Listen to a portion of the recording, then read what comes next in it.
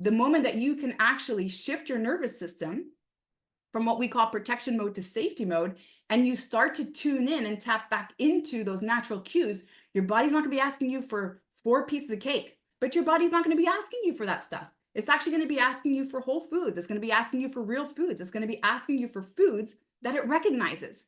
Are you ready to bring your dream body and health into life, but just can't seem to keep the motivation going? And is it finally time to address the self-sabotage and the unwanted eating behaviors such as binge eating, emotional eating, and nighttime eating that you know are getting in the way of your goals? Do you ever wonder what it would take for you to feel in control of your rituals so that you can stay consistent and see results?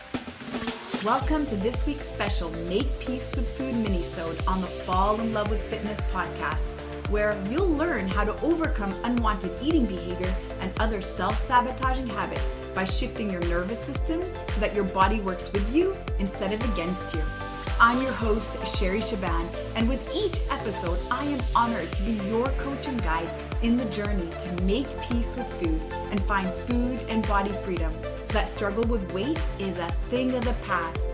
When you tune in every Thursday on the Fall in Love with Fitness podcast, you'll catch the latest conversation on unwanted eating behaviors and learn how to shift the nervous system, rewire the brain to new patterns, and end the food and body obsession so you finally feel relaxed and no longer confused around food.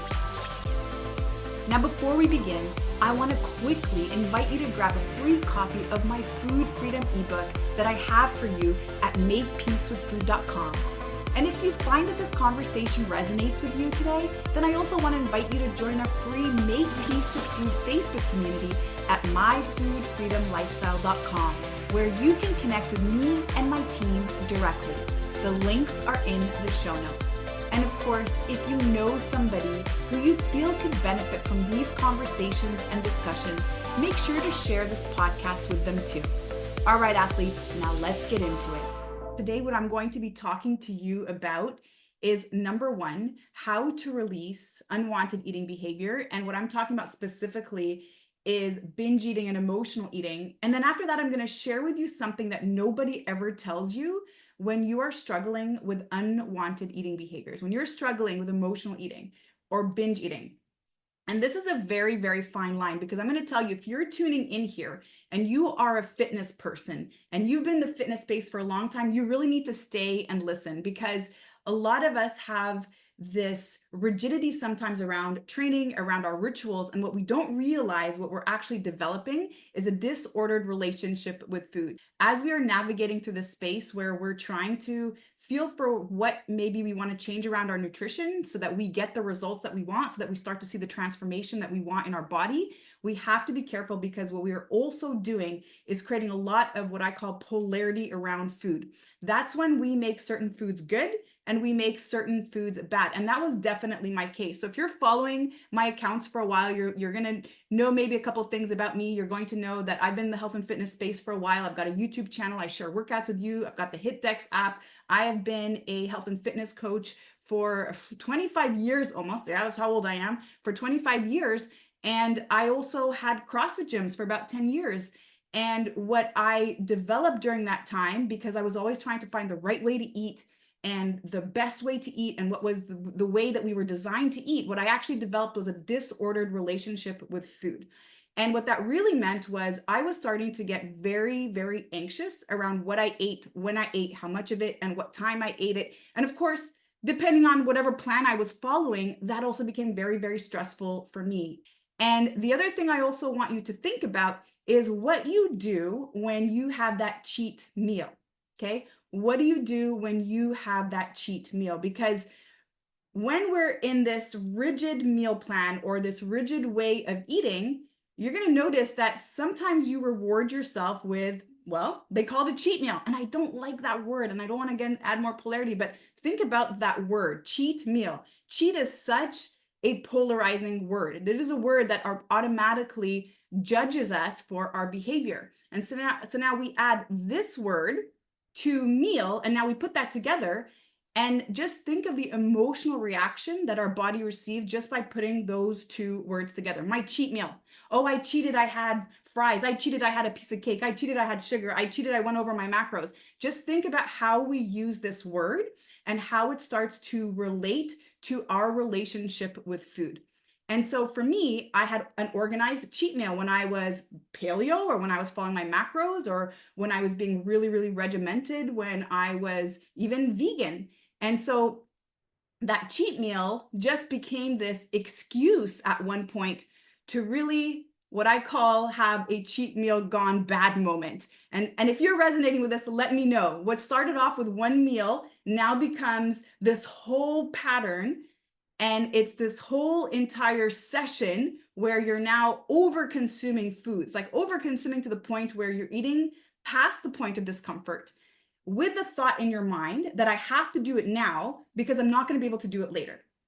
All right. That is really the key. Anytime you have that feeling of FOMO, anytime you have that scarcity mindset of now or never moment around food, that's when you know that you've implanted a disordered relationship with food.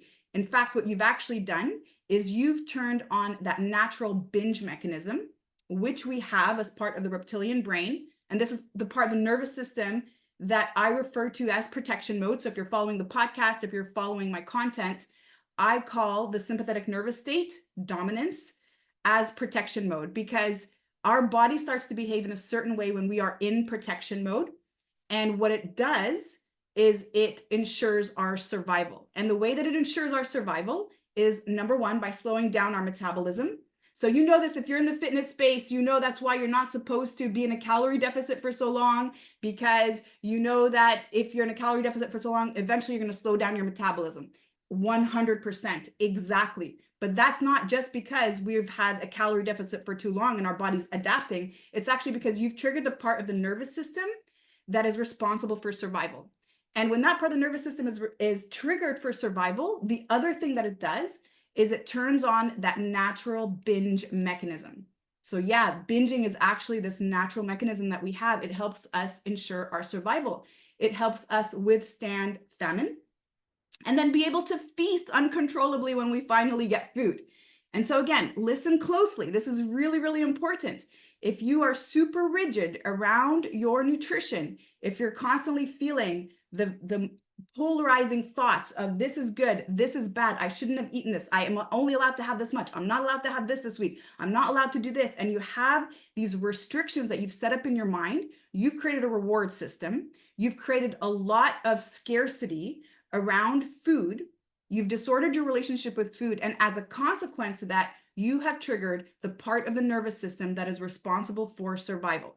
It is responsible to ensure your survival anytime it feels that there's a threat in the environment or that there's a scarcity of some sort in the environment. Of course, now this scarcity is induced. It's not that we really do have a threat in the environment. It's not that we really are truly going through a food scarcity. We have an induced food scarcity. And an induced food scarcity is a caloric restriction. It could even be an entire macronutrient restriction, like taking out carbs completely or taking out fats completely. And anytime the body senses this, its reaction will be to slow down metabolism, number one. Number two, to turn on the binge mechanism. So that cheat meal that you're having becomes an entire cheat session. And like I shared earlier, I call that a cheat meal gone bad session, where now you are feeling out of control around food. It's no longer planned. It's not that, oh, I'm just going to go out for a burger and fries and I'm going to maybe reverse diet tonight and that's the plan, or I'm going to carb load tonight and that's the plan. Now this becomes a state where you actually are out of control around food. You're actually feeling like you can't stop. And you know that you have these moments when all of a sudden you get the thoughts in your mind of now or never. Like, I have to have this now because on Monday I'm restricting again, or I have to have this now because by tomorrow I'm not going to do that again. Anytime you have those thoughts in your mind, those are scarcity mindset thoughts. Anytime you have those thoughts, you know you've triggered the nervous system. And now just simply watch your relationship with food. Simply watch how you're going to now go back into a restriction and then all of a sudden a binge pattern. And the more that you engage in this, and this is again, if you had met me about 10 years ago, on the outside, you couldn't tell that I was going through this. because I'm a coach and I'm a gym owner and I walk in the gym and people ask me questions about nutrition and I'm helping people with nutrition. But really what I was doing is developing this major disordered relationship with food where this week these foods were good, this week these foods were bad. I wasn't allowed to have these foods this week. Next week I was allowed to have other food because my food rules kept changing depending on which scientific article I read or which book I read or what information I got. Again, I was in the CrossFit environment. And so there's tons of information around how you're supposed to eat like a caveman and how a lot of certain foods are demonized. And so as a result of that, I started realizing that I was actually becoming out of control around food. I was actually feeling that on Fridays, it was going to be a treat for me to have certain foods that I wasn't allowed to have during the week. It was a very, very shameful move, by the way. As I was doing this, I have to admit, I was actually driving to grocery stores where hopefully my members would never see me, where I would buy certain foods that we were not allowed to eat, that we're not supposed to eat because we're supposed to be eating like cavemen. And I would consume those foods with a lot of shame, with a lot of guilt. And then that would go on throughout the weekend. And so by Monday, I got to clean it up. And so that usually turned into a fast of some sort or a super restriction. I had a meal prep session and I had certain foods planned out for myself. And so again, listen closely if you're noticing these patterns, because the longer you do this, the longer you're locking yourself into this space. And I also want to add as a side note that if you look at my profile or you follow my content, that's why I call myself an anti-diet health and fitness coach, because you really can get in the space where you're very relaxed around food, where your body no longer has these cravings, where your body is no longer actually almost feeling out of control or powerless around certain foods, where you can actually have just one portion and that's it, and then just walk away like no big deal. You can actually get into that space. You can become very, very relaxed around food. And more importantly, start to listen to the cues that your body gives you. Because that's the thing that nobody tells you about emotional eating or binge eating, is that when you've been in this pattern for so long, you no longer know what you're supposed to eat because your body wants it. What you actually end up wanting to eat is that reward food. It's that food that you've restricted. It's not actually that food that your body intuitively wants. And by the way, your body does not intuitively want foods that don't serve it. Your body is not asking for processed foods. That is not an intuitive cue. The moment that you can actually shift your nervous system from what we call protection mode to safety mode, and you start to tune in and tap back into those natural cues, your body's not going to be asking you for 4 pieces of cake.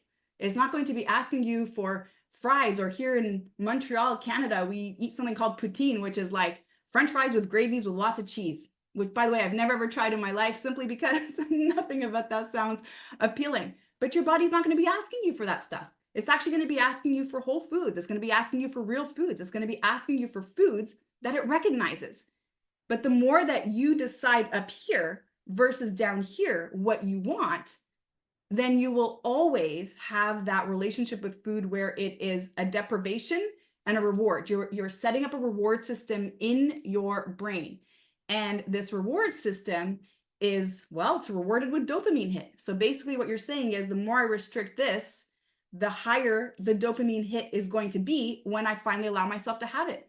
It's like what we did as kids when our parents said, oh, you're not allowed to do this, or you're not allowed to do that, or you're not allowed to touch this, or you're not allowed to jump there. What did we want to do? We wanted to do it more, right? And so the reward felt more. And that's exactly what's happening in the brain. The more you restrict yourself from something, the more you deprive yourself from what I call desire. Desire is the I want it, but I can't have it. The more you're doing that, the more you are building that reward system. And the more also you are disconnecting from those natural cues to know my body actually needs some broccoli today. My body actually needs more carbohydrates today. My body actually needs a little bit more protein today. My body doesn't need to eat so much today. My body needs to eat a lot today. All of these are natural cues. You are not supposed to eat a scientifically calculated amount of food every single day. Animals don't do that. And if we didn't have computers and if we didn't have all these apps, how would you know what you're supposed to eat? If you were stranded on a desert island somewhere, how would you know how you're supposed to eat? You wouldn't have your juicer. You wouldn't have your scale to weigh out your macros. You would be eating off the land, and your body would be requesting foods that it recognizes, because your body cannot build cells. Well, it does actually, but not as functionally healthy as it would from natural substances, but your body can't build itself from things like Twinkies and processed foods and ice cream. And I'm not saying any of these things to demonize these foods, but what I am saying is when you get to that space where you've shifted your nervous system from protection mode to safety mode, your body's going to start to request foods that it recognizes because that's what it needs to build itself up. It's not asking for these processed foods. The asking for processed foods and that urgency feeling that we get when we have those cravings is actually coming from the mind. It's coming from the reptilian part of the brain, the part of the nervous system that, again, we call protection mode. That's where it's coming from. And so what I want to talk to you about today is this concept of appetite correction. Your first step, first of all, if you're experiencing binge eating or emotional eating, and I want you to really get honest in this space, right? Again, like I shared with you, what I thought was just a cheat meal was not a cheat meal, right? That wasn't just a cheat meal. That was a whole session of out of controlness that was going on. And I was not in the driver's seat of my decisions or my choices. So I want you to get really, really honest with yourself.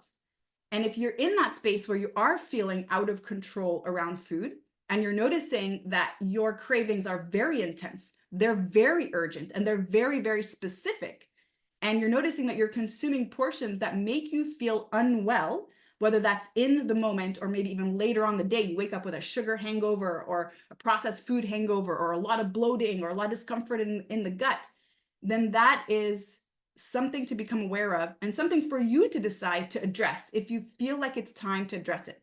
Because we are the ones who are in control of our choices, especially if we are tapped into that intuitive request that the body is always and constantly giving us. We will be actually in that place where we're going to know exactly what our body wants. And so first and foremost, get curious and get honest with yourself.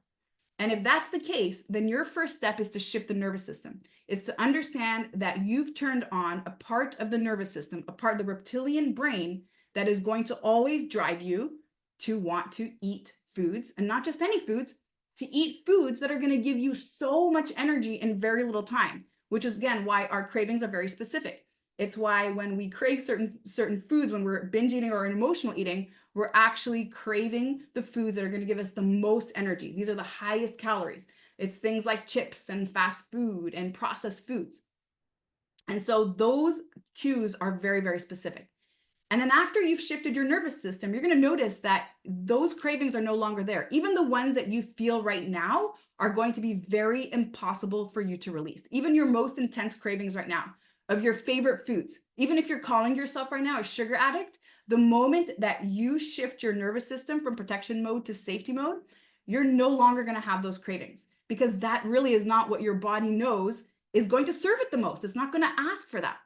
So that's your first step, shift your nervous system. And then your second step is appetite correction.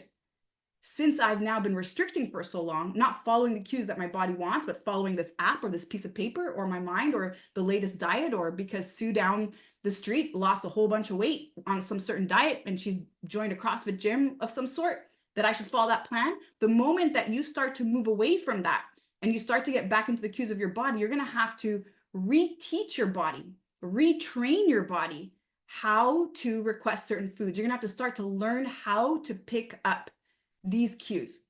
Because when we've been in that space for so long, again, in the dieting space for so long, whether you are a fitness professional, and I'm going to poke on you because that's my story, whether you're a fitness professional or whether you have been struggling with weight your entire life or for a majority of your life, whether you've tried a gazillion diets or you're constantly changing foods or you're constantly very restrictive around foods, what you've also lost is that those natural cues that your body gives you to tell you what it needs and what would serve it the most. And so appetite correction is going to help you reestablish that. It's going to allow your body to determine exactly how much it needs, when it needs it, and exactly what it needs as well.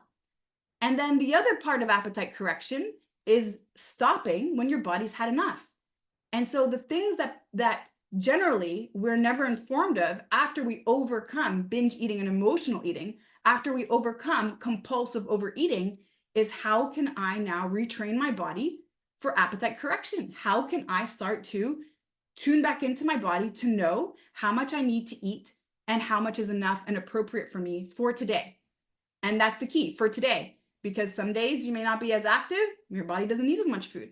Other days you might be really busy, or you might be going through a huge life event, or maybe even just studying or using your mind a lot, trying to launch a big project, and your body may actually need more food.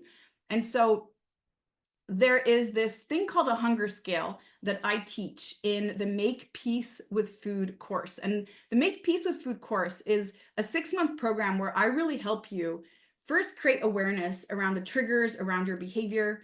And then I share with you tools to help you break unwanted eating behavior and really, really stop emotional eating, binge eating, compulsive overeating, nighttime eating, even any type of eating behavior that you're noticing is constantly sabotaging your results. You pick up those tools, you learn how to interrupt those patterns, you know how to rewire the brain so that you no longer think, oh, I can't have this, or I'm not allowed to have this, but instead you start to shift into, I don't need that. I don't need that. That's not for me. That doesn't resonate with me. So tools to help you shift not just your behavior, but also those behavioral patterns that you've downloaded in your subconscious mind. And then finally, we also address health and fitness in a way where it's an anti-diet approach. And by the way, I get asked all the time, Sherry, how did you get your 6-pack? Well, let me tell you, it's not from doing crunches, and it's not from counting calories or macros or weighing out my food or any of these things. It's because I've learned to become an intuitive eater, and I've learned how to listen to my body's cues. Again, I was a person, if you had met me 10 years ago, I had a very disordered relationship with food. I had a lot of fear around food. There were many moments where, again, I thought that little cheat meal was a cheat meal, and it wasn't. It really was something that was completely taking over my life. And so if you're curious to learn a little bit more around whether or not what you're going through right now is a nervous system issue. So today I spoke to you about how unwanted eating behavior, anytime you're out of that driver's seat of your food choices and you're noticing that you're constantly self-sabotaging, whether that's through food or through alcohol or through maybe smoking cannabis and getting the munchies, anytime you're noticing that you're self-sabotaging your results in that way, I would love to invite you to learn and discover and get curious around whether or not there is a nervous system issue involvement here at play. Because no amount of dieting, no amount of buckling down and meal prepping, no amount of meal plans that you're going to try, trust me, I've been there, is going to get you out of it. What is going to, though, get you out of it is you getting super real around whether or not this behavior feels like it's autonomic, like it's just happening on its own, or if you are actually making these choices. And the way that you can do that is simply by just first getting on this call and finding out if there is a nervous system issue here. Wouldn't you feel that at this point, you owe it to yourself to at least determine if there's a nervous system issue involvement here?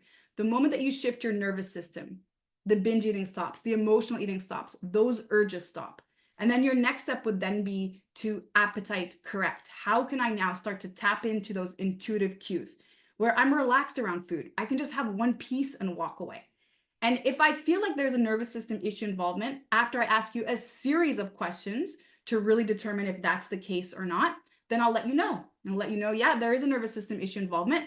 And I'll share with you different ways that Make Pece With Food can support you. We have different ways that you can join depending on the amount of support that you need. And of course, your budget. That's the most important thing. It has to make sense for you. And then also, if I notice that, nope, it's not a nervous system issue thing and it's something else, I'll also let you know just the same. The most important thing is that you're going to at least know whether or not that is the case for you. Because if that's the case for you, again, I'm going to tell you, the longer you try to find that diet, the longer you try to restrict your food, the longer you're in that space of I can and I can't and I shouldn't and I shouldn't, the longer you're going to stay stuck there. And there's an actual easy way out, and it takes 6 months for you to interrupt these patterns. And what I always see on the members that join our programs is in the beginning, when they actually start to create that awareness and start to see their patterns, at that instant, things shift. Because once you know, you can't unknow. Once you learn what's going on, you can never unlearn it. You can never be unaware. And that is the most important thing about awareness. And we know, right? And I'm going to just say a little funny thing to make you laugh before I sign off here today, right? But if we walk in the room and we don't know we're the person that stinks until somebody tells us, we're just never aware. So awareness is so incredibly important. And I hope you remember this, that until you become aware, you cannot make a change. And so allow yourself at least to know if that's the case for you. Because if that's the case for you, the way out is going to feel a little bit different. And actually, it's going to feel like a lot of relief. It's going to feel like you're going to finally get to the root cause of what's going on, especially if you've been in this space and it always seems like everything you try never works for you. And I know that is a very hard feeling. I've tried everything, it just doesn't work. I look at a plate of cookies and I just gain 10 pounds. And if you feel like you're that person, that you've tried it all and it just doesn't work, and you always find yourself just slowly gravitating right back to the unwanted eating behavior, then I'm going to tell you that it's not a food thing, and it's not a discipline thing, and it's not a self-control thing. And it's not even that you're not wanting it badly enough. It really is a nervous system issue thing, because again, we have that natural ability to turn on that survival mechanism. And if that's the case for you, the more you restrict, the more that you're in the space of thinking about your weight and your food and your body image, the longer you stay there. If you want to get on our mailing list so that you have an idea of when we shoot out masterclasses, and we've got a masterclass coming up really soon. It's going to be in a couple of weeks, and we're going to announce it soon. We're going to send out the email and invite you all to join. And it is a Fat Loss 101 masterclass. And this is one of my favorite masterclasses to give, because it's not going to be about counting calories or any of that junk. It's actually going to super enlighten you. You're going to really understand how your body works, and you're going to understand how to turn your body into a fat burning machine through different things that you need to address besides just what you're eating and how much you're moving. All right, team. So with that, I wish you a beautiful rest of your day, and I'll see you all next week. Thank you for listening to this week's Make Pece with Food Minisode on the Fall in Love with Fitness podcast. If this has resonated with you today, I want to invite you to subscribe to the show so you never miss a beat. And if you know someone who could benefit from this conversation, then please share this episode with them.